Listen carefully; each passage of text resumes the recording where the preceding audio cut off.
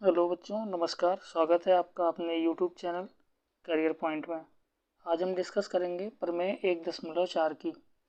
तो प्रमेय 1.4 देख लीजिए। अंडर रूट 2 एक अपरिमेय संख्या है, ये आपको दिखाना है। ठीक है, तो आप इसकी उत्पत्ति देख लीजिए। प्रूफ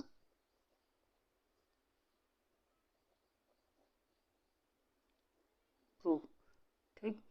अंडर रूट 2 जो है वो एक अपरिमेय संख्या है, तो इसके विपरीत हम मान लेते हैं कि यह एक परिमेय संख्या है। तो यहाँ पर लिख लीजिए, इसके विपरीत हम मान लेते हैं कि रूट 2 एक परिमेय संख्या है। ठीक, तो अगर ये कोई परिमेय संख्या होगी तो उसे हम पी वाई क्यू के रूप में लिख सकते हैं, जहाँ क्यू 0 के बराबर ना हो। ठीक है, तो जब हमने अंडर रूट 2 को परिमेय संख्या मान लिया तो हम इस तरीके से लिख सकते हैं कि अंडर रूट 2 को पी बाई क्यू के रूप में हम लिख सकते हैं, जहाँ पी और क्यू ठीक पूर्णांक हैं। ठीक हो गया। अब यहाँ से देख लीजिए कि अब जो p बाई क्यू के रूप में हमने लिखा है, तो हम p को q से विभाजित कर लेंगे, ताकि इसमें अगर कोई उभयनिष्ठ गुणनखंड है तो वो हट जाए और हमें एक सह अभाज्य संख्याएं प्राप्त हो जाएंगी। मतलब कि कोई उभयनिष्ठ गुणनखंड ना मिले और सह अभाज्य संख्या मिल जाए। ठीक, तो अब हम क्या करते हैं, इसको हम p को q से विभाजित कर लेते हैं। ठीक है, तो मान लीजिए कि हमने इसको q से विभाजित किया तो हमें क्या मिल गया, a बाई बी। मतलब जहाँ ए बी सह अभाज्य संख्याएं हैं। ठीक,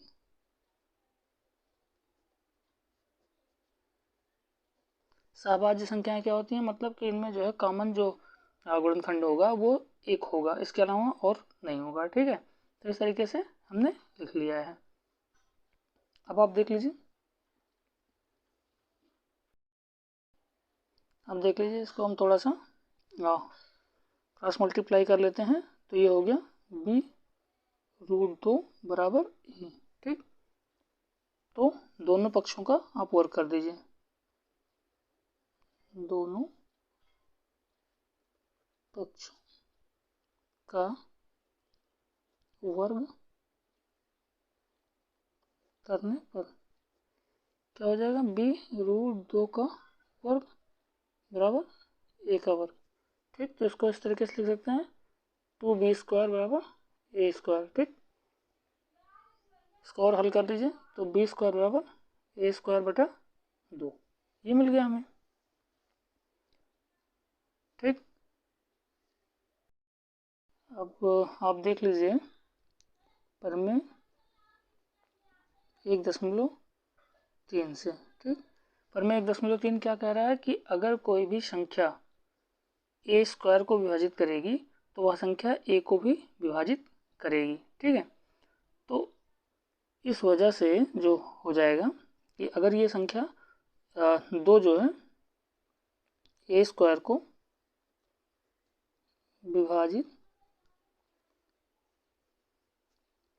करती है तो दो ए को भी विभाजित करेगा।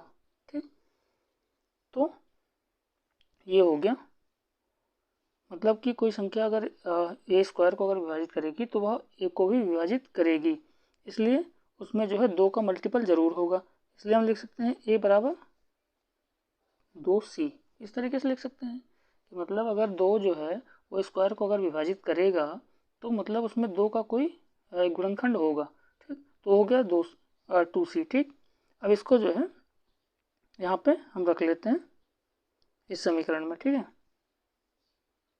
देखिए यहाँ से जो ये समीकरण इसमें हमने रखा तो क्या हो गया, और जब हम वैल्यू रखेंगे तो हो जाएगा बी स्क्वायर बराबर 2c का स्क्वायर बटा 2। ठीक, तो इसको और हल करते हैं, बी स्क्वायर बराबर 4c स्क्वायर बटा 2।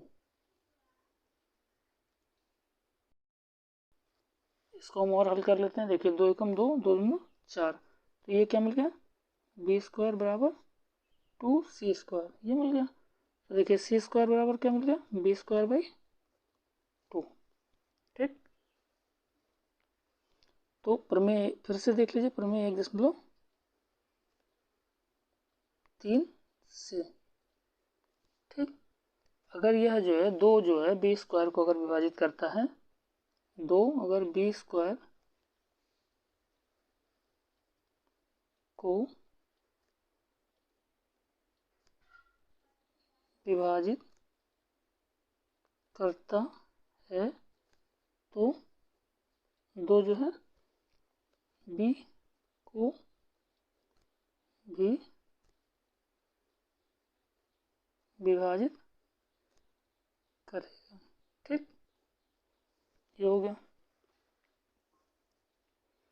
तो यहाँ पे आपको क्या मिला कि जो है कि यहाँ पे आपको मिला कि ए और बी में जो है हमने जो पहले देखा था कि सहभाज्य संख्या मतलब एक के अलावा और कोई गुणनखंड नहीं है, लेकिन हम देख रहे हैं कि जो है ए जो संख्या 2 है वो ए स्क्वायर मतलब ए स्क्वायर को, या यूँ कह लें कि ए को भी विभाजित कर रही है, और 2 जो है वो बी को भी विभाजित कर रही है।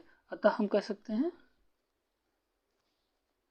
2 जो है ए और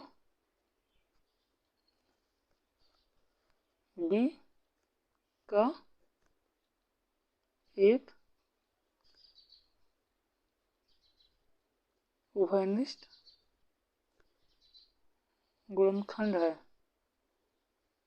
ठीक,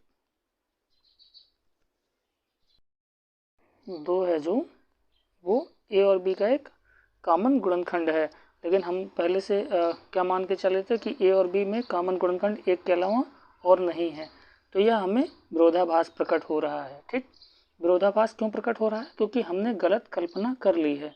तो क्या गलत कल्पना कर ली है, हम ये मान लिए थे कि जो है √2 जो है वो एक परिमेय संख्या है, लेकिन यहाँ जो हमें मिल रहा है रिजल्ट, इस हिसाब से वह परिमेय संख्या नहीं है। इसलिए हम क्या कह सकते हैं कि √2 एक अपरिमेय संख्या है। ठीक, अपरिमेय संख्या है। ठीक है, मतलब कि जो है पहले हमने जो ए और बी को माना था वह अभाज्य संख्याएं मान ली थी। ठीक, मतलब उसमें HCF जो है वो एक ही होगा, मतलब कोई और दूसरा गुणनखंड नहीं होगा। लेकिन लास्ट में जब हम सॉल्व करने के बाद देखते हैं तो ए और बी में कम से कम एक गुणनखंड जो है वो 2 मिल रहा है हमें। ठीक है, तो यह विरोधाभास हो रहा है, और यह विरोधाभास इसलिए हो रहा है क्योंकि हमने गलत कल्पना कर ली थी कि जो ये √2 है, ठीक है, वो एक परिमेय संख्या है। इसलिए हम ये कह सकते हैं कि जो है √2 एक अपरिमेय संख्या है। ठीक, ये आपका प्रूव्ड हुआ। ठीक, तो ये क्वेश्चन आपका खत्म हुआ। अगर वीडियो आपको अच्छी लगी हो तो इसे लाइक करिए, शेयर करिए और चैनल को सब्सक्राइब करिए। Thank you.